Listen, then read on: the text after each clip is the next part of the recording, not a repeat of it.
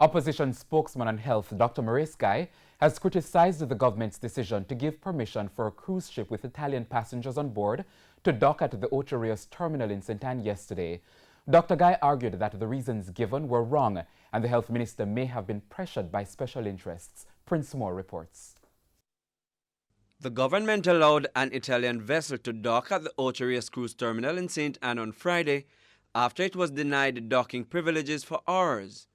According to Health Minister Dr. Christopher Tufton, 4 persons on board had flu-like symptoms. And so, after health officials requested additional information, it was determined that those persons were not of any health threat, and so clearance was given.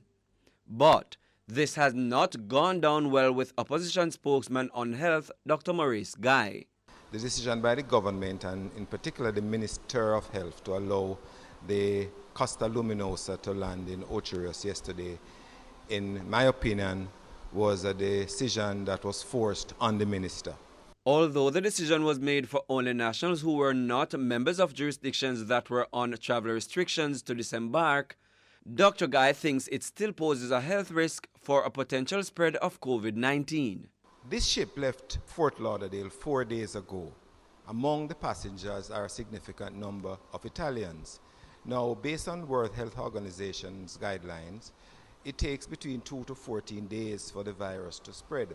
So how can you determine that there has not been any spread by those Italians who might have come on board during the incubation period and transmit that virus to those non-Italian passengers?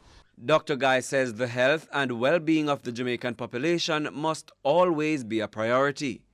He is suggesting that going forward, more thought be given before similar decisions are made.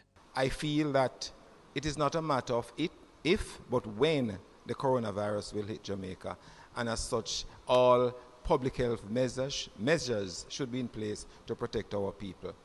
The ministry needs to have a more aggressive and robust protocol in terms of dealing with those visitors who come, because it cannot be that you're going to sacrifice economics over health for our people. Prince Moore, TVJ News.